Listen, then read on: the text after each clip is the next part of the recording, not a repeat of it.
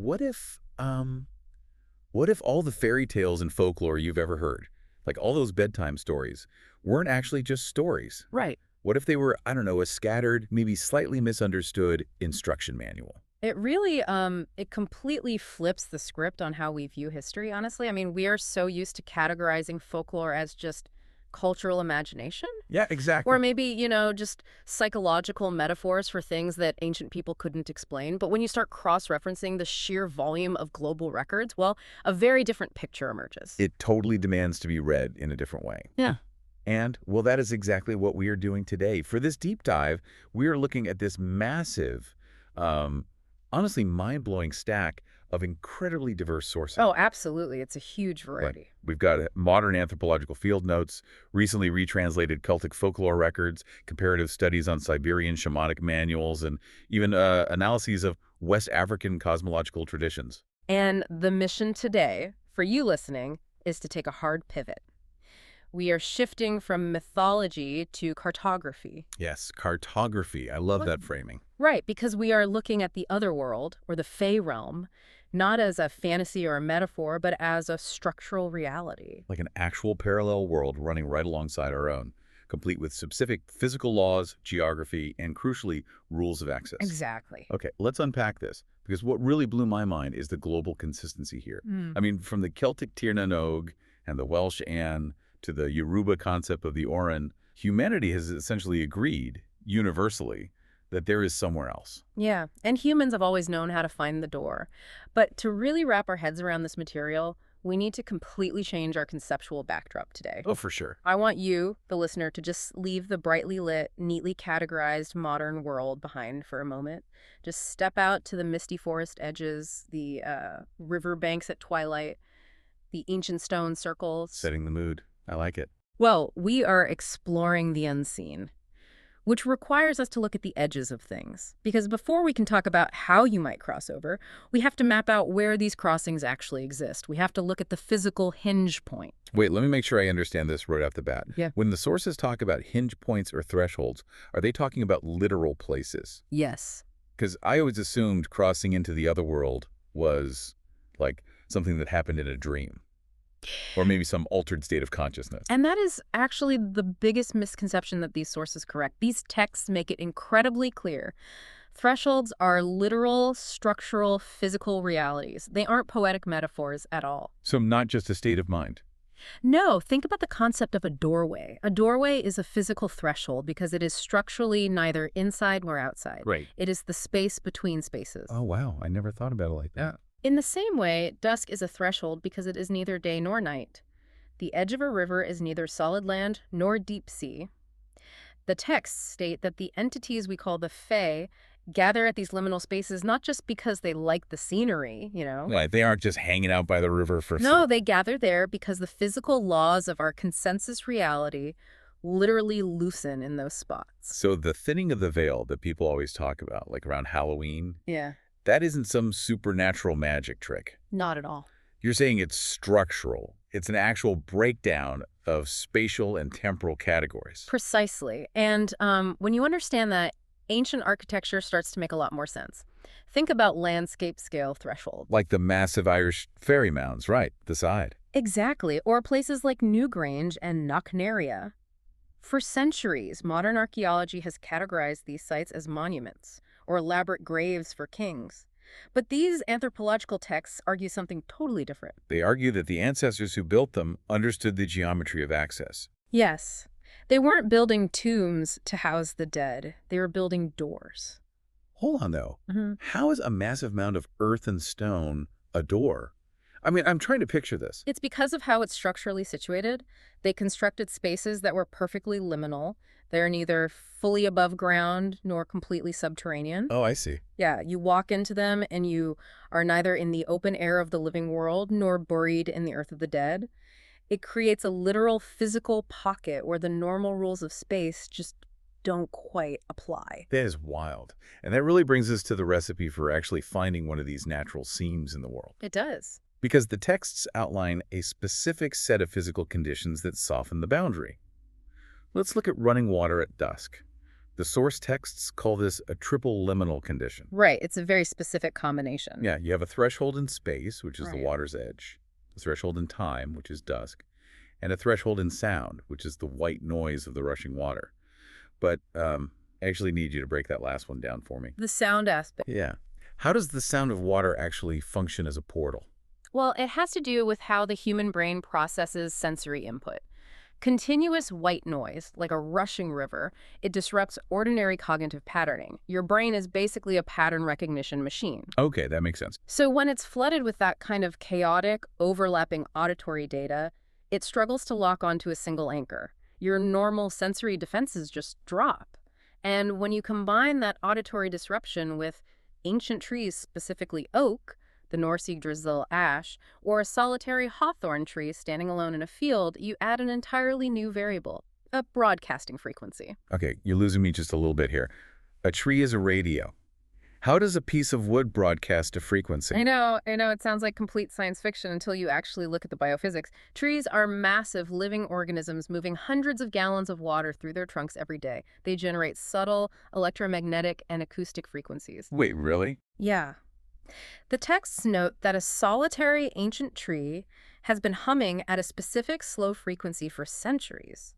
So when you sit beneath one of these trees, at a liminal hour, completely enveloped in the white noise of water, your body's own nervous system begins to experience sympathetic resonance. Wow. Your heart rate, your brain waves, they actually begin to match the frequency of that ancient, slow-moving life force. And then, if you add fog to the mix, you have the absolute perfect storm. Oh, fog is crucial. Yeah, the text spends so much time talking about morning mist and thick fog. Yeah. And it's clearly not just for a spooky aesthetic. I mean, if I'm driving my car and I hit a patch of dense whiteout fog, my whole body tenses up. I completely lose my visual certainty. Exactly. And the texts call this a loss of ontological confidence, which is honestly a huge academic phrase.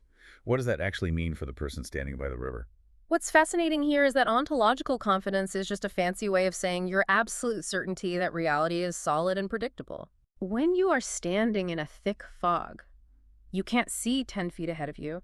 That tree, there might just be a shadow. The river sounds like it's coming from everywhere all at once. Fog doesn't just reduce visibility, it reduces your confidence in what is actually real. Ah, I get it. And that reduction in confidence, that momentary admission from your brain that it just doesn't know what is out there, that is precisely the required entry condition for the otherworld. So entering a threshold isn't about blasting off in a rocket ship to another planet. It's more like turning a radio dial caught between stations. That's a great analogy. You use the fog, the dusk, the water to basically break your visual and cognitive certainty, which creates the perfect static to let a new frequency bleed through. Exactly. You are locating the seam of the world and letting your certainty dissolve enough to just slip right through it. But geography is only half the map, right? Oh, absolutely. Because if I go find this perfect hawthorn tree by a rushing river, can I just go on my lunch break on a random Tuesday?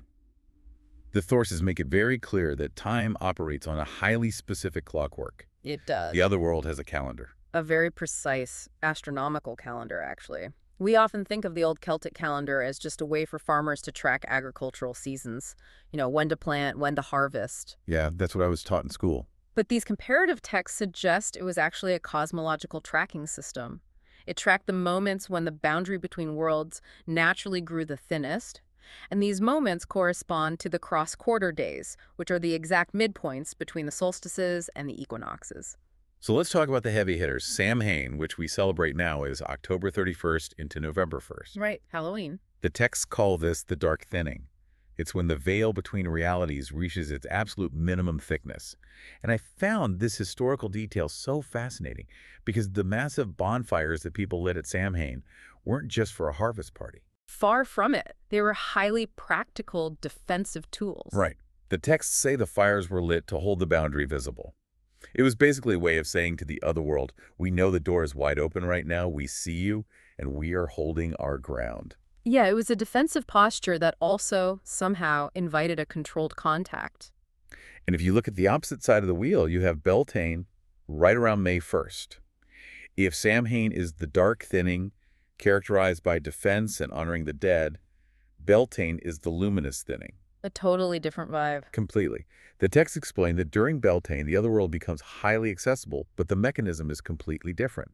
The boundary softens through joy, through the body's raw alignment with the explosive force of spring, and, well, frankly, through intense erotic energy. Yes. Think about the traditional maypole dance. It isn't just a quirky village tradition. Let me guess, it's structural mechanism. Exactly. The texts analyze the maypole as a literal world axis, a physical anchor driven into the ground around which the community generates massive amounts of kinetic and emotional energy. It acts just like a beacon, signaling across the boundary. And then there's midsummer, the solstice. Yeah. I have to say, the way the anthropological sources treat midsummer is wild to me. Oh, it's They brilliant. basically treat Shakespeare's A Midsummer Night's Dream not as a brilliant work of fiction, but as an accidental documentary. I absolutely love that framing, because when you strip away the rhyming couplets, Shakespeare is describing exactly what the folklore manuals say happens when humans wander into Faytime during that specific solstice window. Right. What happens in the play? Human perception completely scrambles, identities loosen up, people fall in love with donkeys, the strict social rules of the waking world just dissolve, and radical transformations occur. Okay, but I have to ask the obvious question here. You map out these highly specific dates, Samhain, Beltane, the solstices. Does that mean on that random Tuesday in February I mentioned earlier, the magic is just switched off? I'm just staring at a normal piece of wood. It's not that the door is locked and the magic is switched off. The texts use a really great metaphor for this. On a Tuesday in February, the door is heavier, Ooh, I like that. meaning the natural temporal conditions of the universe aren't doing the heavy lifting for you. You could theoretically cross over, but it would require an immense amount of personal energy and perfect physical conditions because the cosmic clockwork just isn't assisting you. Which honestly leads us right into what I think is the most difficult realization in this entire deep dive. The internal conditions. Yes, because let's say you do everything perfectly. You find the misty riverbank, you locate the hawthorn tree, you perfectly time the cosmic clockwork on Beltane. But if your mind is closed, you might as well be in your living room. The physical map and the calendar only create the opportunity. The internal condition of the traveler is the actual key that turns the lock. And this is where the texts shift from physical science to deep philosophy. The other world is entirely inaccessible to force, to logic, or to cleverness. You cannot hack your way into it. It requires a specific state of mind that the texts call open attention. Which sounds simple, but the way they describe it, it sounds almost impossible for a modern adult.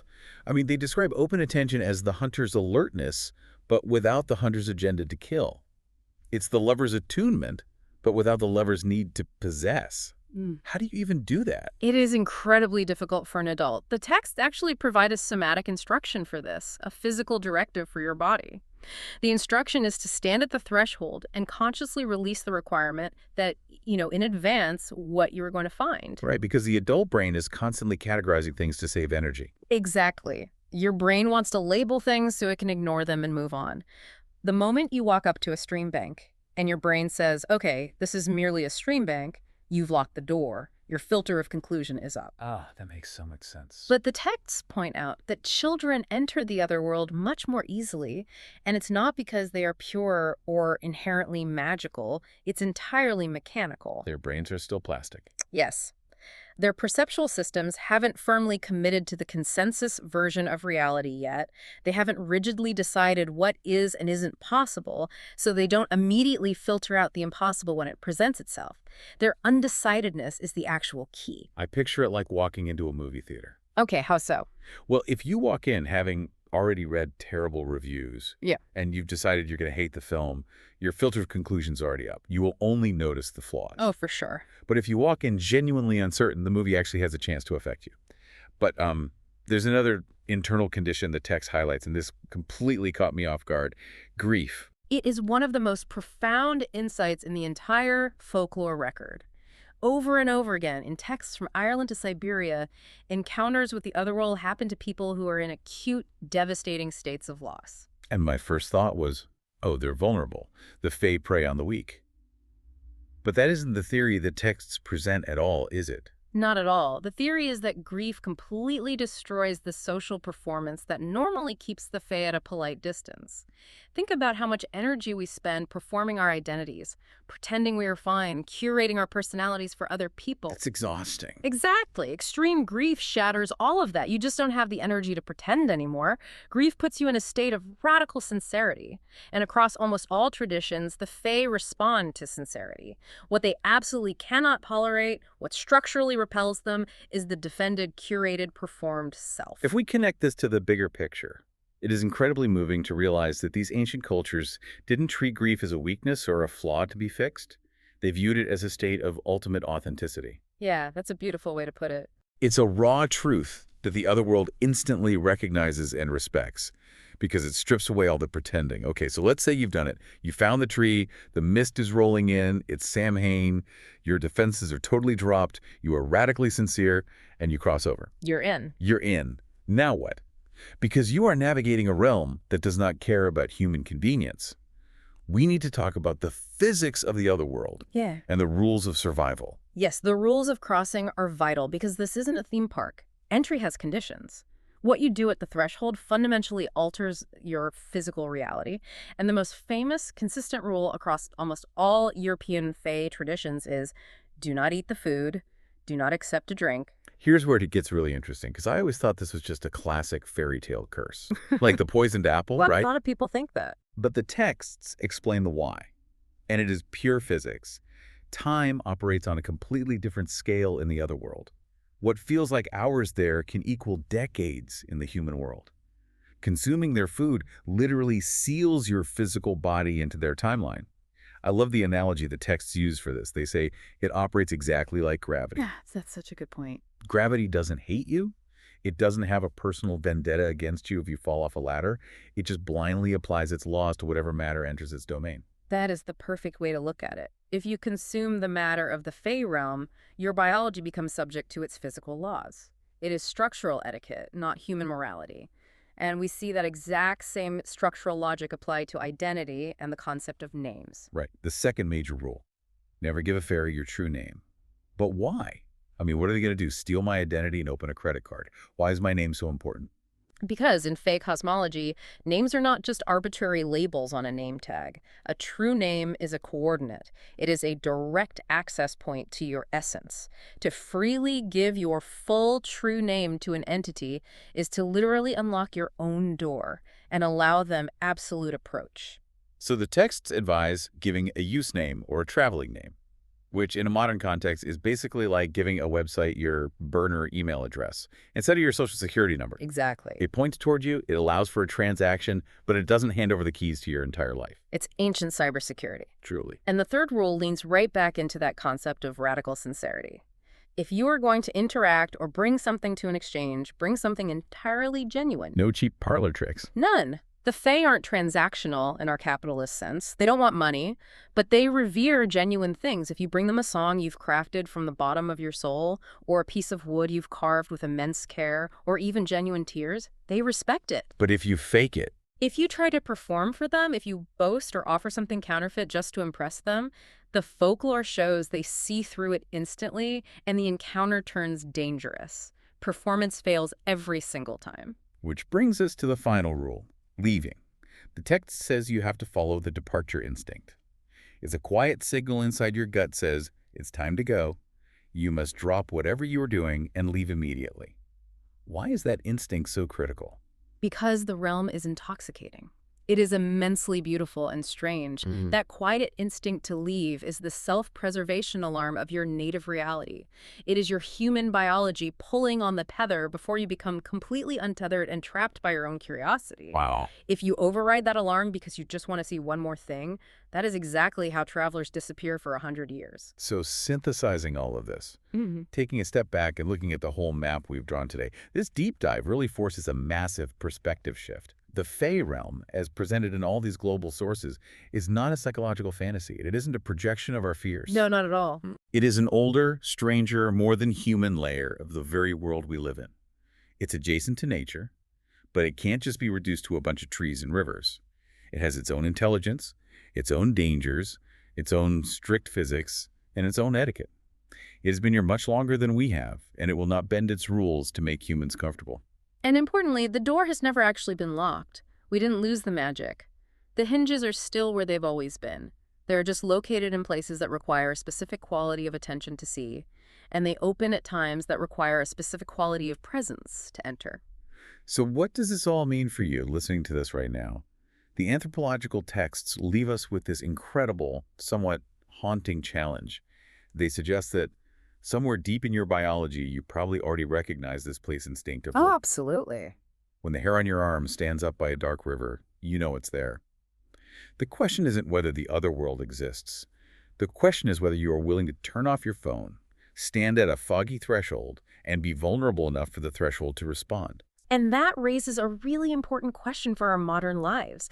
If this parallel river demands radical sincerity, if it utterly rejects the curated self, the ego, and social performance, what does our modern, hyper-curated digital lifestyle mean for our connection to the other world? Oof, that's a heavy thought. We spend all day managing our digital avatars, filtering our photos, agonizing over how we are perceived by an invisible audience. Are we accidentally building a modern psychological reality that structurally repels the magic that used to live right next door? That is a profoundly unsettling thought. We've spent the last century replacing the misty, uncertain edges of the world with ring lights, algorithms, and high-definition certainty. We've optimized everything to eliminate mystery. Maybe that old instruction manual of folklore isn't just telling us where the physical door is. Maybe it's a warning about exactly what kind of human it takes to keep it open.